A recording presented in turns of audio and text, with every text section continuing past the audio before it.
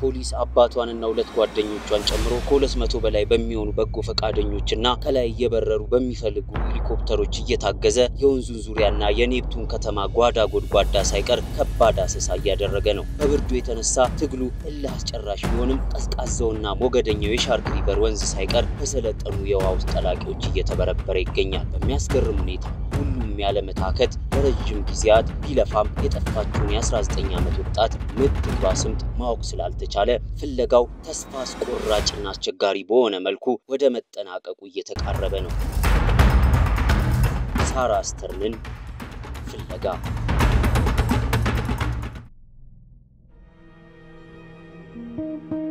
ሳራ አስተር ጥበብን የምትወድ ስዕል መሳል፣ ዩቲዩብ መመልከት፣ በትምህርት ቤቷ ደግሞ ሶፍትቦል መጫወት የምታዘወትር ለእናትና አባቷ ብቸኛ ልጅ ስትሆን በጠፋችበት ሰዓት ግን በአንድ ኮሌጅ የቲቪ ፕሮዳክሽን ትምህርት የምትማር ምክንያት አልባ ብሩህ ተስፋ በሚል ጥቅስ የምትመራ ወጣት ሴት ናት። እናቷ በ2013 በካንሰር ከሞተች በኋላ ለትንሽ ጊዜ ድባቴ ውስጥ የገባች ቢሆንም እስከ 2016 ድረስ በሌሎች እገዛ በራሷም ጥረት ከወላጅ አባቷ ጋር በደስታም በሐዘንም እየተጋገዙ መቆየት ችሎ ነበር። ዲሴምበር 3 2016 ግን ይሄን ሁሉ ነገር የገለባበጠ አንድ ነገር ተሰማ። አንድ የኡበር አገልግሎት ሹፌር በቤልማር ብሪጅ ወይም ድልድይ በማልፈበት ጊዜ አንድ መኪና ያለ ሹፌር ለብቻው ቆሞ ተመልክቻለሁ ብሎ ለፖሊስ ያመለክታል። ፖሊስም የተባለውን ጉዳይ ለማረጋገጥ አባሉን ወደ ድልድዩ ይልካል። ቦታው ላይ እንደደረሰ አንድ የድሮ መኪና መሪው ላይ ቁልፉ እንደተሰካ በሩ ሳይቆለፍ ቆሞ ያገኛል። መኪናው ሳራ አስተርን ከሀያቷ እየተዋሰች የምትነዳው ነው። መኪናው በዚህ ሰዓትና ቦታ ከነቁልፉ ለምን ቆመ? ልጅቷስ እዚህ ድልድይ ስር ምን ትሰራለች? ራሷን ለማጥፋት ወደ ወንዙ ወርውራ ቢሆንስ? የሚሉ ጥያቄዎች ስለተመላለሰበት ወዲያው ፖሊስ እየከነፈ ወደ ቤታቸው ይሄድና የቤታቸውን በር ደጋግሞ ይመታል። ከውስጥ አንዳችም ድምጽ ሲያጣ በሩን ከፍቶ ገብቶ እያንዳንዱን ክፍል ተራ በተራ መበርበር ይጀምራል። ሳራ አጠገቧ የማትለየው ውሻ ብቻውን ታስሮ ያገኙታል። ሳራና ውሻዋ እንዴት ተለያዩ? ምክንያቱም እሷን የሚያውቃት ሁሉ ከውሻዋ ፈጽሞ እንደማትለያይ ያውቃል። የቤቱ የጀርባ በርም አልተቆለፈ። ለምን? ስጋት የሚጨምር ሁኔታ። በተጨማሪም አንዲት ጎረቤት ያለች ሴት ሳራ በጊዜ ከአንድ ጓደኛዋ ጋር መጣ አንድ የተጠቀለለ ዕቃ እኔ ቤት አስቀምጣ ነበር ትላለች። በጊዜው አባት ለጉብኝት ፍሎሪዳ ከተማ ሄዶ ስለነበር ይህንን ከባድ ጉዳይ ነግሩታል። እስቲ ጓደኛዋን የአማካታስሊን ጠይቁ ይላል ፖሊሱ።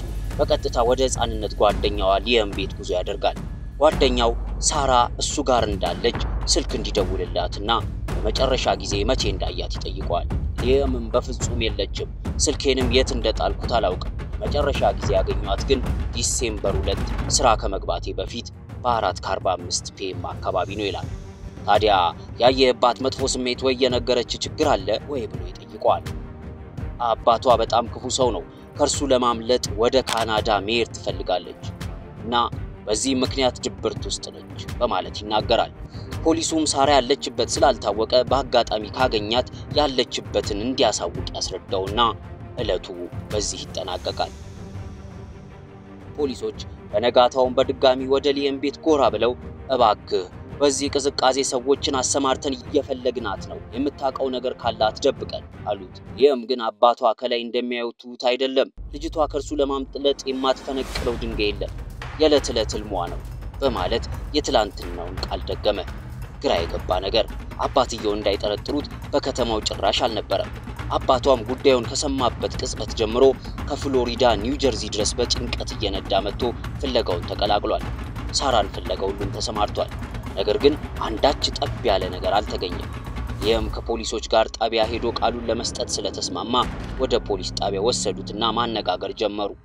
ሊየምም አንዳችም ቃሉን ሳይለውጥ በዕለቱ ተያይዘው ታኮ ቤል ሄደው ምሳ እንደበሉ ከዚያም እርሷ ቤት ሄደው ሲጫወቱ ቆይተው የሥራ ሰዓቱ ሲደርስ 4:45 አካባቢ ወጥቶ እንደሄደ አባቷ አደባባይ ጥሩ ሰው መስሎ እንደሚታየው ሳይሆን በጣም መጥፎ ሰው ስለሆነ እናቷ የተወችላትን የወርስ ገንዘብ ሊወስድባት ስለሞከረ አብዝተው ጨቃጨቁ ስለነበር እሱን ለመሸሽ ሁሉን ትታ መሄድ ማምለጥ ትፈልጋለች። ለዚህ ማሳያ ዕቃዎቿን በየሰው ቤት ማስቀመጥ መጀመሯ ነው። እኔም ጋር አንዳንድ ዕቃዎች አሉ ስለዚህ ወደ ካናዳ ሄዳ ሊሆን ይችላል በማለት ያስረዳል። መልሶ ደግሞ ፖሊሶቹን ምናልባት ራሷን ለማጥፋት ከድልድዩ ዘላ ወንዝ ውስጥ ገብታ ከሆነ የመገኘት እድሉ ምን ያህል ነው ብሎ ግራ የሚያጋባ አስገራሚ ጥያቄ ጠይቃቸዋል። ፖሊሶቹም በግርምት ራሷን አጥፍታ ሊሆን ይችላል ብለህ ታስባለህ በማለት ያፋጥጡታል። ሊየም አላውቅም ብሎ ይመልሳል። ፖሊሶቹም ራሷን አጥፍታለች ወይስ እንደተባለው ካናዳ ሄዳለች ለሚለው ከባድ ጥያቄ አስቸኳይ መልስ ለማግኘት ይጥሩ ጀመር። ፕሬስተን የተባለ የጋራ ጓደኛቸውን ጠርተው አነጋገሩ። ፕሬስተንም ሊየም ያለውን አንዳች ሳይቀንስ አንዳች ሳይጨምር ቃል በቃል ነገራቸው። ፖሊሶቹ ረፍት አልባ ስራ ላይ ናቸው።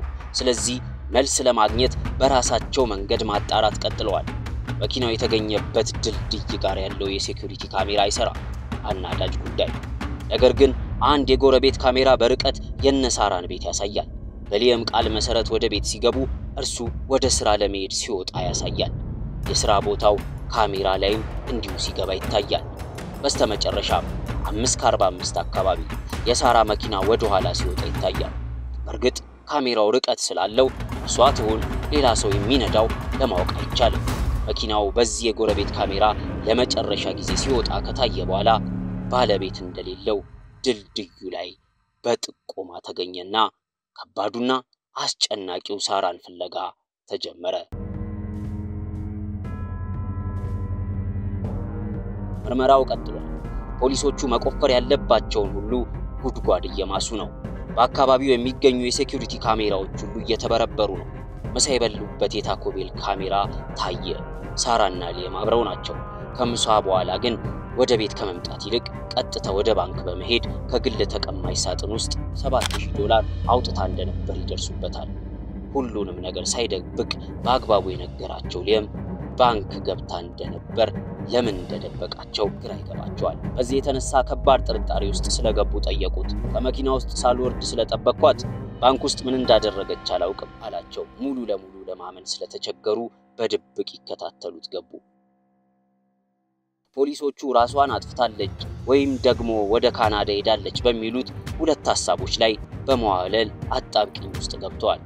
ስለዚህ የጠፋችበትን እውነተኛ ምክንያት ለማወቅ የሳራን ቤት እያንዳንዷን ቦታና ክፍል በደንብ ብጥር አድርገው መፈተሽ ሲጀምሩ ፓስፖርቷን፣ ሶሻል ሴኩሪቲ ካርዷን፣ ትንሽ የካናዳ ገንዘብ አገኙ። ባንክ ሄደው በማስፈቀድ እናቷ ያስቀመጠችላትን ገንዘብ ሲመለከቱ በዕለቱ $7000 ካወጣች በኋላ $25000 በዲፖዚት ቦክስ የተቀማጭ ሳጥን ውስጥ እንደሚቀር ተረዱ። ስለዚህ ፓስፖርቷን ሳትይዝና ይህን ሁሉ ገንዘብ ባንክ ውስጥ ታ ከአባቷ ሸሽታ ካናዳ ልትሄድ እንደማትችል አረጋገጡ። ካናዳ ሄዳለች የሚለውን ጥርጣሬያቸውን ሙሉ በሙሉ ውድቅ አድርገው ይህች ከጥበብ ተጋብታ ገደብ አልባ ብሩህ ተስፋ በሚል ጥቅስ እየተመራች ሕይወቷን በተስፋ የምትኖር ወጣትን ራሷን አጥፍታለች ብሎ መቀበል የማይመስል ህልም ማለም እንደሆነ ቢሰማቸው በቀራቸው ራሷን አጥፍታለች በሚለው ብቸኛ ጠጠር መጫወት ጀመሩ። ቀናት በብርሃን ፍጥነት እየነጎዱ ነው። ነገር ግን ሳራን የበላ ጅብ ፈጽሞ ሊጮህ አልቻለም። ፖሊስ ብርዱ ሳያግዳቸው ከሚለፉ በጎ ፈቃደኞች ጋር በመሆን ወንዙንና አካባቢውን እያሰሰ ይገኛል። ፍለጋው ግን ተስፋ አስቆራጭ ሆኖባቸዋል። ከሳምንት በኋላ ግን እድላቸውን የሚያለመልም በለስ ቀናቸው። አንድ አንቶኒ ከሬ የተባለ የሊየም የቅርብ ወዳጅ ፊልም ሰሪ ወጣት ወደ ፖሊሶች ይቀርባል። አንቶኒና ሊየም ብዙ ጊዜ ስለ ፊልም ታሪክ ይወያያሉ። ከዚያም አንድ ቀን ሊየም ለአንቶኒ ፖሊሶች አናግረው ያውቃሉ ወይ ብሎ በስናፕቻት መተግበሪያ በጽሑፍ ሲጠይቀው አሁን እየሆነ ካለው ነገር ጋር የተመሳሰለ ሳራ ከመጥፋቷ ከአንድ ሳምንት በፊት አንዲትን ሴት አንቆ ገድሎ ከጓደኛው ጋር ተባብሮ ወንዝ ውስጥ ስለመጣል የነገረው የፊልም ሐሳብ ትዝ አለውና ወደ ቀልቡ ተመልሶ ነቃ። ስናፕቻት ንግግርን ሆነ ምስልን ለማጥፋት የሚያስችል ስክሪንሻት ቢደረግም ምልክት የሚሰጥ መተግበሪያ እንደሆነ ስላሰበ ወዲያው የስናፕቻት ንግግራቸውን በካሜራው ፎቶ አንስቶ ያስቀረዋል። ፖሊሶቹ አንቶኒ ፎቶ ያነሳውን የስናፕቻት ምስል ሲያሳያቸውና ሊየም የነገረውን የፊልም ታሪክ ሲያስረዳቸው ተስፋ የቆረጡበት ጉዳይ እንደ አዲስ ሲያንሰራራ ፈጣኑ የልብ ምታቸው ወደ መጨረሻው እየቀረቡ እንደሆነ ነገራቸው። ከአንቶኒ ጋር በመተባበር ሊየምን ለማውጣጣትና ጉዳዩን ለማጣራት ኦፕሬሽን ለማድረግ ተስማምተው ዝግጅታቸውን አጠናቀቁ። የመጨረሻው መጀመሪያ ወደ ሊየም የስናፕቻት አድራሻ አንድ መልእክት በመላክ ኦፕሬሽኑ ተጀመረ። እንዲህ ይላል: እባክህ ካሜራዬ ለፊልም የምንጠቀመው ደም ላይ ወድቆ ስለተበላሸ ትንሽ ገንዘብ ካለህ አበድረኝና ከጉድ አውጣኝ። ካሜራዬን ተክቼ ወደ ስራ ልግባ። ለትንሽ ቀናት ሲያወሩ ይቆዩና በአካል ተገናኝተው ለማውራት ይወስናሉ። አይደርስ የለ ቀኑ ደረሰ። ጃንዋሪ 31 2017 አንቶኒና ሊየም 12 ሰዓት አካባቢ አንድ ቦታ ላይ ይገናኛሉ። ሊየም ስለተጠራጠረ የአንቶኒ መኪና ውስጥ እንደገባ የመጀመሪያው ስራው ያደረገው ድምጽ መቅጃ እንዳለና እንደሌለ ማረጋገጥ ነው። ኤፍቢአይ እየተከታተለኝ ስለሆነ እንጂ አንተን ስለማላምንህ አይደለም በማለት በጀመረው ንግግር እንደ ቀልድ ተስቦ ሳራ ከእናቷ የወረሰችውን ገንዘብ ወስዶ ለራሱ ለመጠቀም ሲል ሳራን ለመግደል ለ6 ወራት ያህል ያቀደው እቅድ ቢሳካለትም ይኖራታል ብሎ የጠበቀው ገንዘብና ያገኘው ገንዘብ እንደማይመጣጠን ማለትም $7000 ብቻ እንደሆነ ይናዘዛል። ነገሩ እንዲህ ነው። ታኮቤል ምሳ በሉ። ባንክ ገብታ ወጣች። ከዚያ በቀጥታ ወደ እርሷ ቤት ገቡ። ሊየም ለረጅም ጊዜ በጉጉት ሲጠብቀው የነበረው ቀን ወፊቱ ወደ ወጥመዱ ሰተት ብላ ገባች። ያወጣችውን ገንዘብ ለመውሰድ ምርጡ አጋጣሚ። ምን ያህል ደቂቃ እንደሚፈጅበት ስልኩን ሰዓት ሞልቶ ቤቷ ውስጥ አንቆ ገደላት። 30 ደቂቃ ፈጀበት። ከልጅነት ጀምሮ ጓደኛዋ የሆነ ሰው አነቃት። ከሕፃንነት ጀምሮ አብሯት የበላ፣ አብሯት የጠጣ፣ አብሯት የሳቀ፣ በጎም ሆነ መጥፎ ጊዜ አብሯት በጋራ ያሳለፈ ጓደኛዋ የታመነችበት ሰው ለያዘችው ድቃቂ ገንዘብ ካዳትና አንቆ ገደላት። ይባስ ብሎ ቤት ውስጥ የነበረው የምትወደው ውሻዋ እንኳን ከኔ እጅ ሊታደጋት አልቻለም ብሎ ተሳለቀ። ከዚያም ምንም እንዳልተፈጠረ ቤቱን ለቆ ወጥቶ ወደ ስራ ቦታው ሄደ።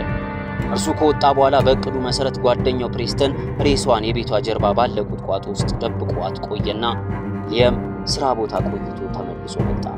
ከዚያም ልክ ሳራ ወደ ኋላ እንደምትወጣ አስመስሎ መኪናዋን እርሷን በመኪናዋ ኋላ ወንበር አስተኝቶ ጉዟቸውን ወደ ቤልማርት ያደርጋሉ። ከዚያም ላይና ታቹን ተመልክተው ይህችን ምስኪን ወደ ወንዝ ውስጥ ጨመሯት። የነርሱ ሐሳብ ከጨመሯት በኋላ ሬሷ ወደ ላይ ይወጣል። ከዚያም ራሷን እንዳጠፋች ይታሰባል ነበር። ነገር ግን የወንዙ ግፊት ከፍተኛ ስለሆነ ወደ አትላንቲክ ኦሽን ይዞት ጥርግ ይላል። የወሰደው ገንዘብ ኳሊቲው ወይም ጥራቱ የተጎዳ በመሆኑ ጉዳዩ ሳይረሳ ቢጠቀመው ስለሚነቃ ፓርክ ውስጥ ቆፍሮ ቀበረው። ምስኪን ሳራ ጉዳዩን በጣም ከማቀዱ የተነሳ ፖሊሶች ወደ ካናዳ ሄዳለች ወይ ደግሞ መሯት ራሷን አጥፍታለች የሚለውን ሐሳብ እንዲገዙት ጠርተው ሲያናገሩት ምን እንደሚመልስላቸው ሳይቀር ተዘጋጅቷል። በአባቷና በእርሷ ማል ችግር ያለ አስመስሎ የዘራው የነገር ዘር ለውጤት ደርሶ ዛፍ አክሎለት ነበር። ነገር ግን አንቶኒ ከፖሊሶች ጋር መተባበሩን ባለማወቅ መኪና ውስጥ ደብቀው ላስቀመጡት ካሜራ የሰራውን ስራ ከሀ እስከ ፐ ያለምንም ማፍረት ያለምንም ጸጸት ተበጠረቀ። ለወራት አቅዶት በልቡ ጓዳ የሸሸገውን ኃጢያቱን ለንስሐ አባቱ እንደሚናዘዝ ሰው አንዳች ሳያስቀር ሁሉንም ሜዳ ላይ አውጥቶ አሰጣው። ፖሊሶቹንም ባልጠበቁት ሁኔታ ከጭንቀት ገላገላቸው። በራሱ ጊዜ ለፍልፎ ጉዱን አወጣ። በቀጣዩ ቀን ፌብሩዋሪ 1 2017 ፕሬስተን እና ሊየም በሳራ ግድያ ተጠርጥረው ታሰሩ። አብዛኛው የከተማው ሰዎች ያልጠበቋቸው ወዳጆቿ በመሆናቸው ተገርመዋል። ፕሬስተን ዲሴምበር 2 የፈጸሙትን የሊየምን እያንዳንዱን እቅድ እያንዳንዱ ጉድና ወንጀላቸውን ያለምንም ማቅማማት እንዴት ከቤት እንዳወጣት እንዴት ወንዝ ውስጥ እንደጨመራት የሰረቁትን ገንዘብ የት እንዳደረጉት በቤቷና በየቦታዎቹ ሁሉ እየተዘዋወረ በተግባር ጭምር እያሳየ ተናዘዘ። እንደተባለውን ፓርክ ውስጥ የቀበሩት ገንዘብ ተገኘ። ይባስ ብሎ የተቀማጭ ሳጥኑ ቁልፍ ሊየም ጋርም ተገኘ። ሊየም ግን ለአንቶኒ በካሜራው ፊት ቢናዘዝም በፖሊሶቹ ፊት በፍርድ ቤት ፊት ቪዲዮውንም ጭምር በመካድ በተቃራኒው ፊልም ላይ ለመሳተፍ ሲል እንደተናገረው በማስረዳት እያንዳንዱን ወንጀል ካደ። ነገር ግን በፕሬስተን እና በአንቶኒ ምስክርነት ፍርድ ቤቱ ስላመነበት ያለምንም የይግባኝ መብት እድሜ ልክ እስራት ሲፈረድበት በተባባሪው ፕሬስተን ላይ 18 ዓመት በመፍረድ ሬሳዋ በሌለበት ከ2 ዓመት በኋላ ቢሆንም ፍትህ ተሰጥቷታል።